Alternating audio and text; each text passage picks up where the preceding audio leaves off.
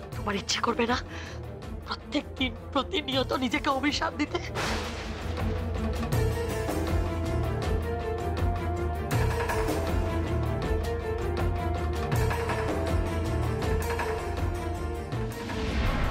চুপ করুন কাকিমণি, please please আপনি চুপ করুন।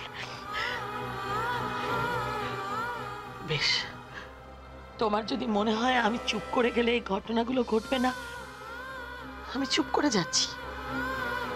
আমি তোমাকে কথা দিচ্ছি আর কখনো কোনোদিন এই বাড়ি থেকে তোমাকে যেতে বলবো না, কোনোদিন না। কিন্তু যেদিন তুমি দেখবে তোমার জন্য, তোমার জেদের জন্য এই পরিবারের সকলের একের পর এক চূড়ান্ত ক্ষতি হচ্ছে, সে আপনি উদ্বিগ্ন হবেন না কাকিমণি। আমি আপনাকে কথা দিচ্ছি, আমি বাড়ি ছেড়ে চলে যাব। আপনাদের সবাইকে ছেড়ে চলে যাব।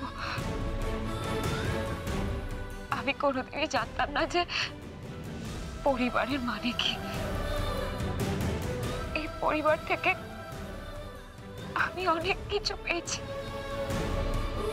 আপনারা আমাকে জীবনের মানে শিখিয়েছেন, বেঁচে থাকার সার্থকতা কি হয় সেটা শিখিয়েছেন। আমার প্রাণ থাকতে আমি এই পরিবারের কোনো ক্ষতি হতে দেব না।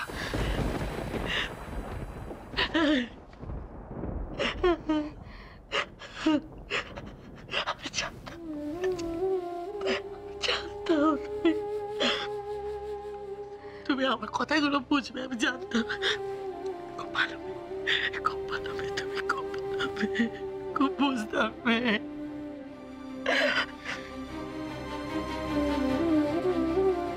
শুধু একটা অনুরোধ, তুমি যে বাড়ি ছেড়ে কেন চলে যাচ্ছ সেটা যেন কাউকে বলো না আমাকে। তাহলে আপনি নিশ্চিন্ত থাকুন কাকিমণি, আমি কাউকে কিছু বলবো না। কিন্তু আমি মানে প্লিজ কাকিমণি, এবার আপনি আমাকে একটু একা থাকতে দিন।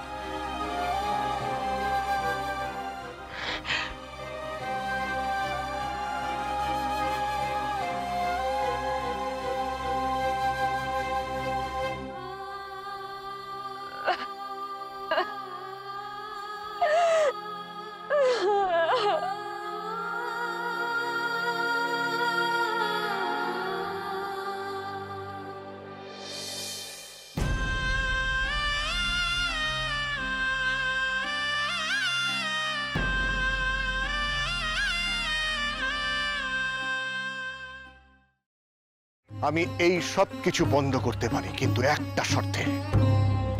তোমাকে আর দুর্গাকে আমাকে ছুঁয়ে কথা দিতে হবে এর সাথে তোমরা কোনো যোগাযোগ আর রাখবে না। শোনো, আমরা এখনো তোমার মতন এতটা পাথর হয়ে যায়নি। তোমাকে ছুঁয়ে আমি এত বড় কথাটা, এটাই আমার শেষ কথা তোমাকে। দাদা ভাই, পুতুলটা না দিয়ে এসেছি। আস্তে, একেবারে বজরংবলী আন্টির হাতে দিয়েছো তো? না, আমরা তো দরজা দিয়ে গড়িয়ে দিয়েছি। ঘরে তো ঠাম্মু ছিল, তাই ঢুকতে পারিনি। মা ঘরে ছিল? এ বাবা, যদি মার হাতে পড়ে তাহলে তো মুশকিল। ওনার কোনো সর্দারজির সাথে পরিচয় ছিল? সর্দারজি? না। ঠিক আছে, আমি তাও বলবো আপনারা একটু ঠান্ডা মাথায় ভাবুন। আসলে আমার জানাটা খুব দরকার। আমি তাহলে আসি, কিছু মনে পড়লে আমাকে অবশ্যই জানাবেন। আচ্ছা।